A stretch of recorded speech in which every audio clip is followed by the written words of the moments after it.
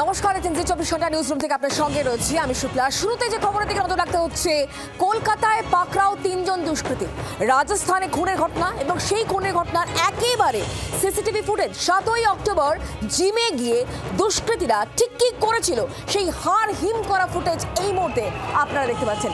7 তারিখে ঘটনা, দুষ্কৃতী ঢোকে, দেখতে পাচ্ছেন সেই ছবি যেখানে জিম করছিলেন সেইখানে পৌঁছে যান এই ব্যক্তি, যে ছবি এই মুহূর্তে দেখতে পাচ্ছেন। দুষ্কৃতীকে পালাতে দেখছেন স্থানীয় একজন এবং তিনি কিন্তু সেখান থেকে পালিয়ে যাচ্ছেন, সেই ছবি এই মুহূর্তে দেখতে পাচ্ছেন। 7ই অক্টোবরের ঘটনা, হাড় হিম করা সেই ফুটেজ এই মুহূর্তে দেখতে পাচ্ছেন।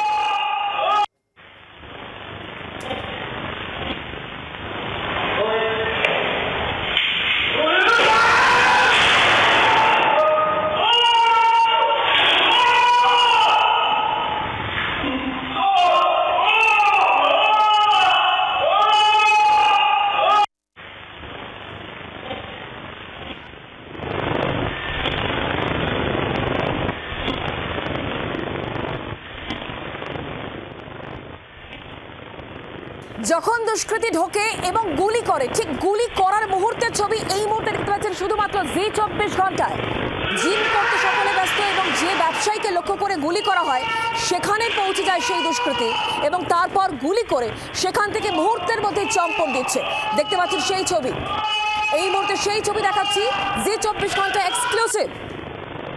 রমেশ রুলানিয়া এই ব্যবসায়ী জিম করছিলেন সাত সকালে এবং সেখানেই দুষ্কৃতী পৌঁছয় এবং যে মুহূর্তে গুলি ছোড়া হয় তার পরের মুহূর্তে কয়েক সেকেন্ডের মধ্যে সেখান থেকে বেরিয়ে যাচ্ছে দুষ্কৃতী।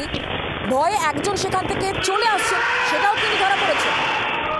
এই ঘটনার সঙ্গে মোট যুক্ত 11 জন, 7 জনকে আগেই গ্রেফতার করা হয়েছে, 4 জন পালিয়ে আসে কলকাতায়, তার মধ্যে 3 জনকে ইতিমধ্যেই গ্রেফতার। একজনের খোঁজ এখনো পর্যন্ত চালাচ্ছে পুলিশ। আমরা বিষয় নিয়ে আরো জানবো, কথা বলবো। অয়ন ঘোষাল এই মুহূর্তে আমাদের সঙ্গে রয়েছেন, আমাদের প্রতিনিধি।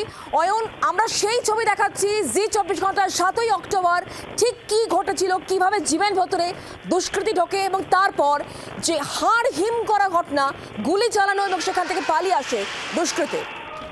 একেবারে পুলিশকে এই সিসিটিভির ভিডিও জিমের মালিক রাজেন্দ্র সারন তিনি দিয়েছেন এবং এই ফুটেজ তদন্তের ক্ষেত্রে অনেকাংশে কাজে লেগেছে, কারণ এই ফুটেজ দেখার পরে তারপর যখন এই মুখোশগুলো খোলা হয়েছে ঠিক তখন কিন্তু এই গোটা দুষ্কৃতী গোষ্ঠী যাদের নেতৃত্বে ছিল রোহিত গোদারা গ্যাং, এটা একটা কুখ্যাত গ্যাং যারা মূলত অপারেশন চালায় গুজরাট এবং রাজস্থানে। বাছা বাছা ব্যবসায়ীদেরকে টার্গেট করা হয়, তাদের কাছ থেকে এক্সটর্শন মানি চাওয়া হয় এবং সেই টাকা দিতে অস্বীকার করলে তাদেরকে প্রথমে ব্ল্যাকমেলিং এবং তারপর সরাসরি খুন, এটাই হচ্ছে এই পেশাদার কুখ্যাত গ্যাংয়ের মূল কাজ।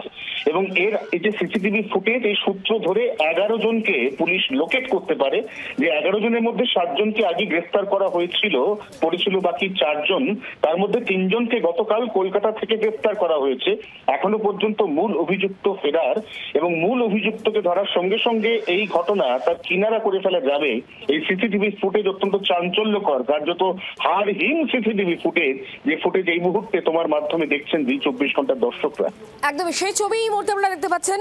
রাজস্থানের কোচামান শহরে ভোরবেলা জিমে ব্যায়াম করার সময় মুখোশধারী হামলাকারী কিভাবে ভেতরে ঢোকে এবং সেই সময় জিম করতে ব্যস্ত ছিলেন প্রত্যেকে, আর সেই সময়তে এই মুখোশধারী ঢুকছে ভেতরে, দেখতে পাচ্ছেন একেবারে মার্ক করে আপনাদেরকে আমরা দেখাচ্ছি, গুলি করছে এবং সেখান থেকে চম্পট দিচ্ছে।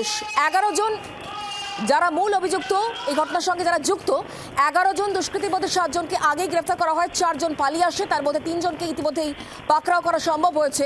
একজন এখনো পর্যন্ত ফেরার, তার খোঁজ চলছে পুলিশের তরফ থেকে।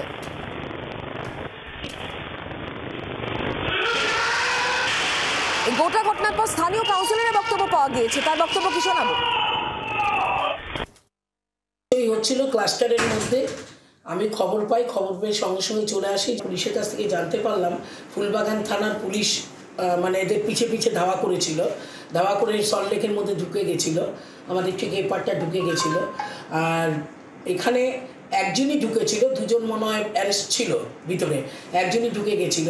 তাই সেখানে পুলিশ ঢোকার পর আমাদের পুলিশকে আমি খবর দিই যে এরকম এরকম ব্যাপার হয়েছে, এরকম আমাদের ক্লাস্টারে চোর ঢুকেছে, আপনি শিগগিরই ফোর্স পাঠান। তো 3 জনই মাথা ন্যাড়া এবং খুব হেলদি চেহারা, জেন্টলম্যানদের মতন দেখতে।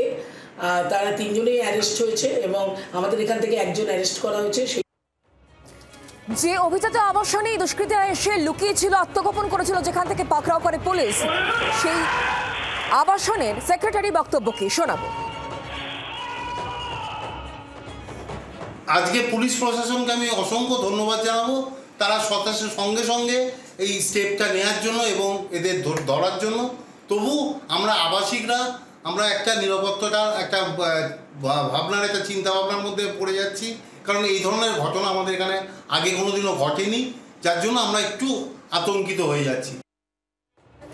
ঘটনার পর স্থানীয় মানুষজন রীতিমতো আতঙ্কিত, তারা নিরাপত্তাহীনতায় ভুগছেন, তাদের বক্তব্য কি শোনাবো। আতঙ্কিত ব্যাপার আছে, বাট দেখলাম কি পুলিশের সাথে সাথে দৌড়াচ্ছিল ওদের সাথে। আমরা যখন উঠেছি আমার সাথে, আমি তো অফিস থেকে এসেছি, তখন দেখি উপরে যাই, তা একজন দেখি উপরে উঠে আছেন, তো বললেন চোর ঢুকেছে। তার পেছনে পেছনে আমরাও গেছি, গিয়ে দেখলাম তো উনি ওই ছাদ থেকে রেলিংয়ে নেমে শুয়ে পড়েছিল, নিচে দিয়ে আবার সবাই মিলে চেঁচাচ্ছিল। তো ওই করতে করতে ওইখান থেকে পাইপ থেকে নেমে ও পালিয়ে গেছে। তখন 8টা বাজে হয়তো, তখন ও ওখান থেকে পালিয়েছে। পালিয়ে গিয়ে 20-25 মিনিট বাদেই দেখি কি পুলিশ ধরেছে। তখন আমাদের কাউন্সিলর ম্যাডাম এসেছিলেন, ওনাকে ফোন করে বললো কি ওই 1 নম্বর গেটের সামনে ওনাকে ধরেছে। খুবই আমরা চিন্তিত, আমরা তো মানে বুঝতে পারিনি এখানে কখনো এরকম হয়নি। তো হয়েছে কখনো সাইকেল চুরি হয়ে গেছে বা মোটর সাইকেল নিয়ে চলে গেছে, সেটা অনেক দিন আগে থেকে, তারপরে এরকম কিছু হয়নি।